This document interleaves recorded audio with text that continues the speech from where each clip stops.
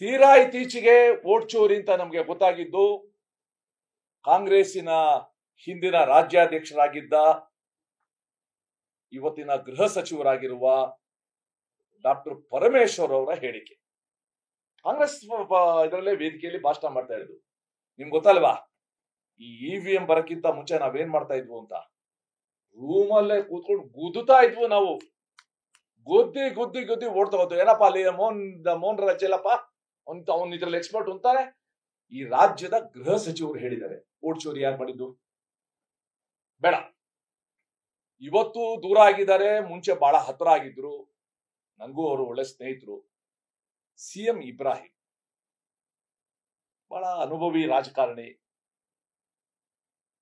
ಇವತ್ತು ತುರ್ತು ಪರಿಸ್ಥಿತಿ 50 ವರ್ಷ ಆಚರಿಸಿರುವಾಗ ಅವ್ರ ಜೊತೆನೆ 15 ತಿಂಗಳು ನಾ ಇದ್ದೆ. ಬಹಳ ವಾಗ್ಮಿ, ಒಳ್ಳೆ ವಾಗ್ಮಿ. ನಮ್ಮೆಲ್ಲರಿಗಿಂತ ಜಾಸ್ತಿ ಸಂಸ್ಕೃತ ಶ್ಲೋಕ, ಸರ್ವಜ್ಞ, ಬಸವಣ್ಣನ ವಚನ ಎಲ್ಲ ಬರೋ ವ್ಯಕ್ತಿ. ಅವರೊಂದು ಮಾತು ಹೇಳಿದ್ರು. ಬಾದಾಮಿನಲ್ಲಿ ಶ್ರೀ ಸಿಎಂ ಸಿದ್ದರಾಮಯ್ಯನವರು ಗೆಲ್ಲದ್ರ ಬಗ್ಗೆ ನಮ್ಗೆ ಡೌಟ್ ಬಂದಿತ್ತು. ಅವತ್ತು ಕಾಂಗ್ರೆಸ್ ಅಲ್ಲಿ ಇದ್ರು. ನಮ್ಗನ್ಸೋದು ಒಂದು 3000 ವೋಟ್ ಶಾರ್ಟೇಜ್ ಬರ್ತಾ ಇದೆ ನಮ್ಗೆ ಅಂತ. ಸೊ ನಾವು ಸಿದ್ದರಾಮಯ್ಯನವ್ರು ಕೇಳ್ಕೊಂಡು ಆ 3000 ವೋಟು ಕಡಿಮೆ ಆಗೋದನ್ನ ಯಾವ ರೀತಿ ಮಾಡಬೇಕು ಅಂತ ಅಗತ್ಯ ಇದ್ದಷ್ಟು ವೋಟನ್ನ ನಾವು ಪರ್ಚೇಸ್ ಮಾಡಿದ್ವು. ಪರ್ಚೇಸ್ ಮಾಡಿದ್ಮೇಲೆ ಸಿದ್ದರಾಮಯ್ಯನವರು ಬಹಳ ನ್ಯಾರೋ ಮಾರ್ಜಿನ್ ಇಂದ, ಐ ಥಿಂಕ್ 1700 ಏನೋ vote, if I am right, ವೋಟಿಂದ ಗೆದ್ರು. ಅದಾದ್ಮೇಲೆ ಈ 3000 ವೋಟ್ ಪರ್ಚೇಸ್ ಮಾಡಕ್ಕೆ ದುಡ್ಡು ಖರ್ಚು ಮಾಡಿದ್ವಲ್ಲ, ಆ ಸಾಲವನ್ನು ಕೂಡ ವಾಪಸ್ ತೀರಿಸುದು ಅಂತ ಸಿಎಂ ಇಬ್ರಾಹಿಂ ಹೇಳಿದ್ದಾರೆ. ಸೊ ಈ ರಾಷ್ಟ್ರದಲ್ಲಿ ವೋಟ್ ಚೋರಿ ಜನಕ, ವೋಟ್ ಚೋರಿ ಪ್ರೇರಕ, ವೋಟ್ ಚೋರಿ ಪ್ರಚೋದಕ ಮತ್ತು ವೋಟ್ ಚೋರಿ ಪರಿಣಿತ ಯಾರಾದ್ರಿದೆ ಅದು one and the only Congress party. ಇವತ್ತು ರಾಹುಲ್ ಗಾಂಧಿ ಅವರು ಅವ್ರು ಗೊತ್ತಾಗ್ತದೆ ಈ ಎಲೆಕ್ಷನ್ ರಿಸಲ್ಟ್ ಏನ್ ಬರುತ್ತೆ ಅಂತ ಗೊತ್ತಾಗುತ್ತೆ. Experience politician. ಈ ಕ್ಯಾಂಪೇನ್ ಹೋದಾಗ ಕಾರ್ಯಕರ್ತರು ಹೇಳೋದು, ಪಬ್ಲಿಕ್ ಮೀಟಿಂಗ್ ಅಲ್ಲಿ ಜನರು ಮೂಡು, ಮತ್ತೆ ಸೋಷಿಯಲ್ ಮೀಡಿಯಾ ಎಲ್ಲ ನೋಡಿರ್ತಾರೆ. ಅದಕ್ಕೆ ಗ್ರೌಂಡ್ ಹೆಂಗ್ ಪ್ರಿಪೇರ್ ಮಾಡೋದು, ವೋಟ್ ಚೋರಿ ಅನ್ನೋದು ಒಂದು ತಂದಿದ್ದಾರೆ. ವೋಟ್ ಚೋರಿಗೆ ಅವ್ರು ಹೇಳೋದು ಯಾವ್ದು ಹೆಸರು ಇರ್ಬೇಕೋ ಅವ್ರದ್ದು ಇಲ್ಲ, ಯಾವ್ದು ಇರ್ಬೇಕೋ ಅದೆಲ್ಲಾನು ಕೂಡ ಇದೆ. ಇನ್ನೊಂದು ಬೇಸಿಕ್ ಅವ್ರದ್ದು ವೋಟ್ ಚೋರಿದು ಡೆಫಿನೇಷನ್. ಅದನ್ನ ನಾವು ಕೂಡ ಭಾರತದ ವೋಟರ್ ಲಿಸ್ಟ್ ಬಹಳ ಪರ್ಫೆಕ್ಟ್ ಅಂತ ಯಾವತ್ತೂ ಕೂಡ ಹೇಳಿಲ್ಲ. ನಾನು ಬಹಳಷ್ಟು ರಾಹುಲ್ ಗಾಂಧಿಗಿಂತ ಜಾಸ್ತಿ ಚುನಾವಣೆ ನೋಡಿದ್ದೀನಿ, ಪಾರ್ಟಿಸಿಪೇಟ್ ಮಾಡಿದ್ದೀನಿ. ಆದ್ರೆ ನಮ್ಮಪ್ಪ ಪ್ರೈಮ್ ಮಿನಿಸ್ಟರ್ ಆಗಿರ್ಲಿಲ್ಲ, ನಮ್ಮ ಅಜ್ಜಿ ಪ್ರೈಮ್ ಮಿನಿಸ್ಟರ್ ಆಗಿರ್ಲಿಲ್ಲ, ನಮ್ಮ ಮುತ್ತಜ್ಜ ಪ್ರೈಮ್ ಮಿನಿಸ್ಟರ್ ಆಗಿರ್ಲಿಲ್ಲ. ನಾನೊಬ್ಬ ಕಾರ್ಯಕರ್ತನಾಗಿ ಚುನಾವಣೆಯಲ್ಲಿ ಕೆಲಸ ಮಾಡಿದ್ದೀನಿ. ಬೂತ್ ಲೆವೆಲ್ ಇಂದ ಯಾವ್ಯಾವ ರೀತಿ ವೋಟರ್ ಲಿಸ್ಟ್ ತರ್ತಾ ಇದ್ರು, ಸ್ಲಿಪ್ ತರ್ತಾ ಇದ್ರು, ಯಾರ್ಯಾರ ಹೆಸರು ಹಾಕ್ತಾ ಇದ್ರು, ನಾವು ಹೆಂಗ್ ಹಿಡಿತಾ ಇದ್ವು, ಇವೆಲ್ಲ ನಮ್ಗೆ ಗೊತ್ತಿದೆ. ಸೊ ನಾವು ಬಹಳ ಮುಂಚೆದ ಹೇಳ್ತಾ ಇದ್ದೀನಿ, ನೀವು ಮಾಡ್ತಾ ಇದ್ದೀವಿ. ಭಾರತದ ವೋಟರ್ ಲಿಸ್ಟ್ ಶುದ್ಧೀಕರಣ ಆಗದ ಹೊರತು ಫ್ರೀ ಅಂಡ್ ಫೇರ್ ಎಲೆಕ್ಷನ್ ನಮ್ಮ ಉದ್ದೇಶ ಇದೆ, ಅದು ಯಶಸ್ವಿ ಆಗೋದಿಲ್ಲ. ಈ ಹಿನ್ನೆಲೆಯಲ್ಲಿ ಈ SIR ನ ಸ್ಪೆಷಲ್ ಇಂಟೆನ್ಸಿವ್ ರಿವಿಷನ್ ಅಂತ ತಂದಿರೋದು.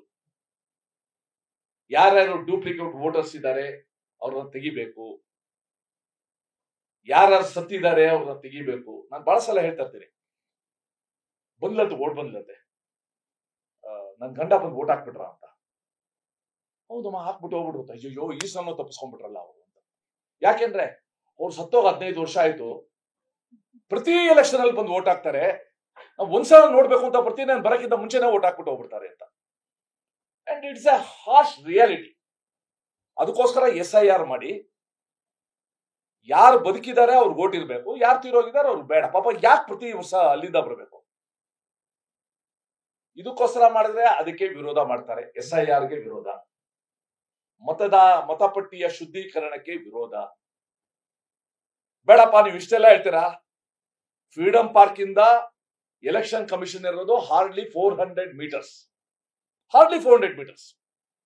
ಅಲ್ಲಿ ಹೋಗಿ ಒಂದು ಅಫಿಡವಿಟ್ ಹಾಕೆ, ನಾನು ಈ ದೇಶದ ಅಪೋಸಿಷನ್ ಲೀಡರ್, ನಾನು ಹೇಳಿದ್ದೆ ಅಫಿಡವಿಟ್.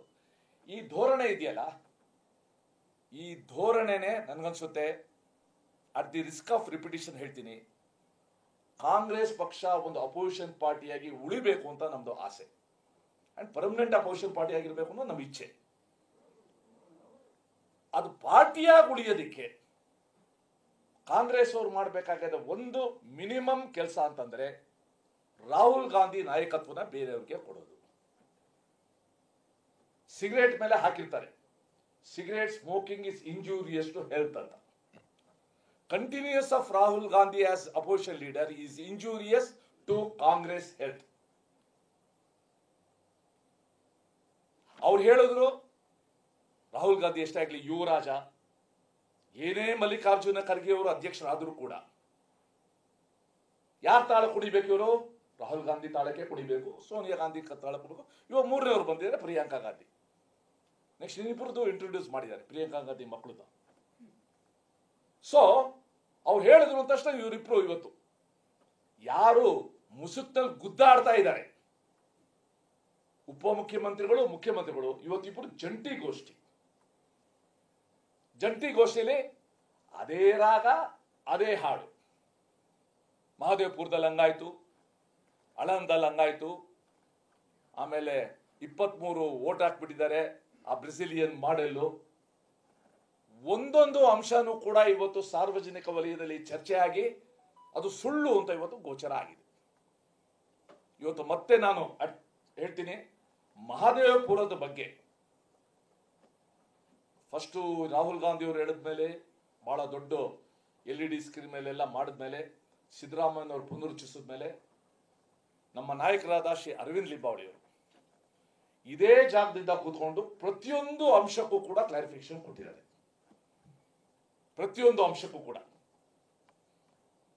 ಅಂಡ್ ಮಹದೇವಪುರದಲ್ಲಿ ಕಾಂಗ್ರೆಸ್ ಗೆಲ್ಲಿಲ್ಲ ಅಂದ್ರೆ ನಾವೇನ್ ಮಾಡಕ್ ಸಾಧ್ಯ? ಅಲ್ಲಿ ನಮ್ಮ ಸಂಘಟನೆ ಆಗಿದೆ, ನಮ್ಮ ಯಾರು ಗೆದ್ದಿದ್ದಾರೆ ಅವ್ರು ಕೆಲಸ ಮಾಡಿದ್ದಾರೆ, ಅವ್ರು ಮಾಡ್ತಾ ಹೋಗ್ತಾ ಇದ್ದಾರೆ. ಆದರೆ ಅರವಿಂದ್ ಲಿಂಬಾವಳಿ ಅವರು ಕ್ಲಾರಿಫಿಕೇಶನ್ ಕೊಟ್ಟ ಮೇಲೆ ಒಬ್ಬರೇ ಒಬ್ರು ಕಾಂಗ್ರೆಸ್ ನಾಯಕರು ಅದನ್ನ ಅಲ್ಲಗೆಳಿಲಿಲ್ಲ, ಅನ್ನೋದು ಬಹಳ ಮುಖ್ಯ. Nobody has refuted. News first ನಿರ್ಭೀತಿಯಿಂದ ನಿಮ್ಮ ಪರವಾಗಿ.